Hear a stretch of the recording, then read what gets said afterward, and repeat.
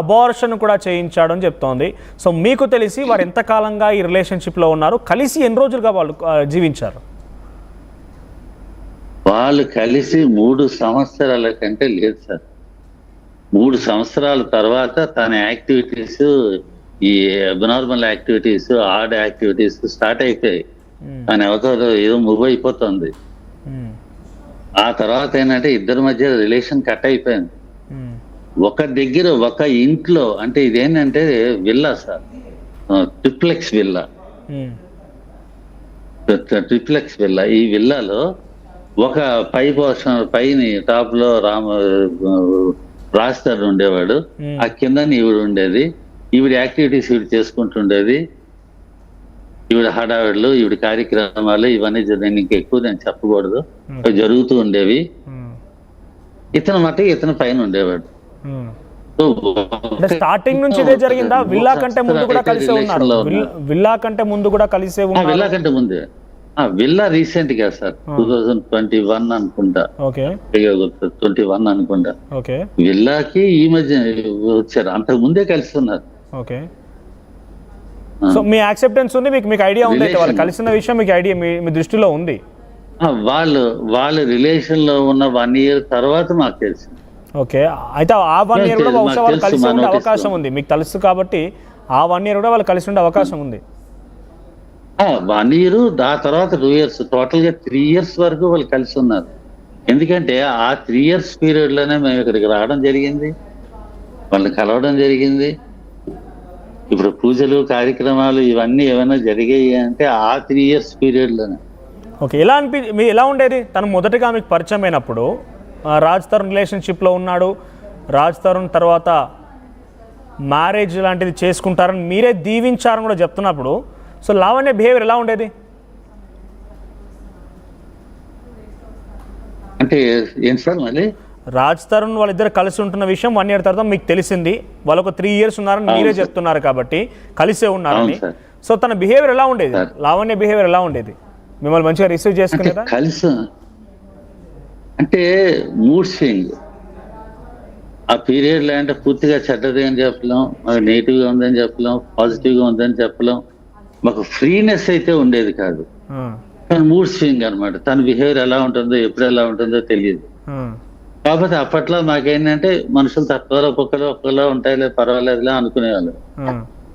ఆ తర్వాత నుంచి స్టార్ట్ అయింది మాకు తిట్లు, బూతులు, రఫ్ గా మాట్లాడాలు, బండ బూతులు తిట్టడాలు. సో వీళ్ళిద్దరు కలిసి ఉంది తర్వాత లావణ్య ఇంట్లోనా, లేకుంటే ఇద్దరు కలిసి రెంట్ తీసుకొని ఉన్నారా?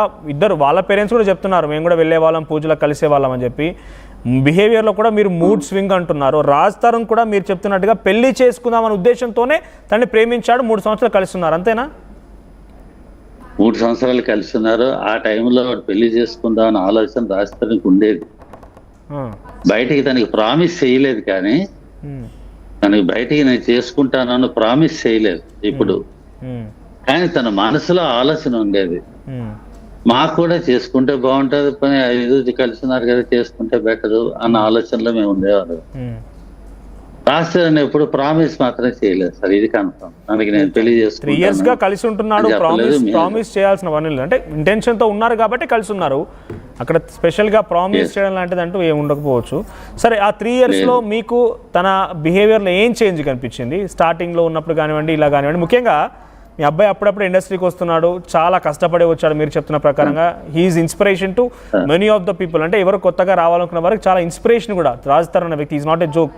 సో అటువంటి వ్యక్తి అప్పుడే కెరీర్ స్టార్టింగ్లో ఇటువంటి ఒక అమ్మాయితో రిలేషన్షిప్, మీరు పెళ్ళి అంటూ దీవించడము, తెలియని ఒక అమ్మాయికి ఇంట్లోకి వెళ్ళి పూజలు చేయడము ఎప్పుడు తప్పు అనిపించలేదా?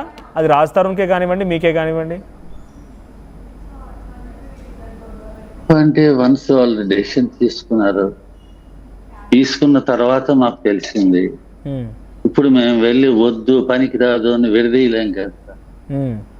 ముందే మాకు తెలుసుంటే మేము సజెస్ట్ చేస్తుండొచ్చు, వద్దమ్మా ఎందుకు ఇలాంటివన్నీ అని. ఆల్రెడీ డెసిషన్ తీసుకున్నారు, రిలేషన్ లో కలిసి ఉంటున్నారు. కలిసి ఉంటున్న తర్వాత 1 year తర్వాత మాకు తెలిసింది. తెలిసిన తర్వాత చర్చ్ పనికి రాదు అని మేము గొడవ పెట్టలేం కదా. గొడవ పెట్టి రాద్ధాంతం చేస్తే అది న్యూసెన్స్ అవుతుంది, దానివల్ల ప్రయోజనం లేదు.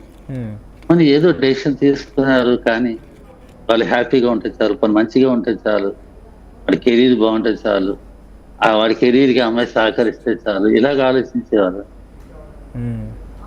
ఓకే. సో అంటే ఇక్కడ ఇన్ బిట్వీన్ బసవరాజు గారు, ఇన్ బిట్వీన్ గా మీకు తెలిసింది 1 year తర్వాత, వాళ్ళు 1 year కంటే ముందు నుంచి కూడా కలిసి ఉండే అవకాశం ఉంది. సో 3 years మీకు తెలిసినప్పటి నుంచి కలిసే ఉన్నారు, మీరు పూజలు పురస్కారాలకు వెళ్ళేది అంతా బాగానే ఉండేది, మేము విడదీయలేం కాబట్టి విడదీయలేకపోయాం. పూజలకి పునస్కారాల కంటే ఆ మహా 3 years పీరియడ్ లో ఒకసారి వెళ్ళి ఉంటాం, ఒకసారి 2 సార్లు వెళ్ళి, అంటే ఎక్కువ తరచూ వెళ్ళి రావడం అదేం లేదు సార్. ఆ 2 years పీరియడ్ లో కూడా మేము 1 or 2 times వెళ్ళి ఉంటాం. ఆ తర్వాత 3 years అయిపోయిన తర్వాత ఇంకా మాకు అక్కడ యాక్సెస్ పోయింది, పూర్తిగా పోయింది. ఓకే. సో తనకి అబార్షన్ కూడా అయిందంట మీ అబ్బాయి వల్ల, అబార్షన్ చేయించాడు ఉంటుంది. నేను ఒకటి చెప్తాను సార్, ఆవిడ చెప్పడం, మేము దానికి సంజాషి ఇచ్చుకోవడం, వీటన్నిటికంటే ఆధారాలు చూపించమన్నాను.